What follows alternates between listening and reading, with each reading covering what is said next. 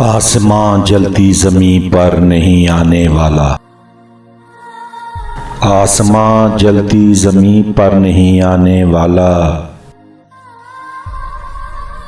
अब यहाँ कोई पैगंबर नहीं आने वाला।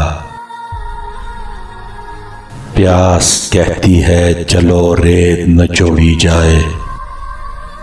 अपने हिस्से में समुंदर नहीं आने वाला।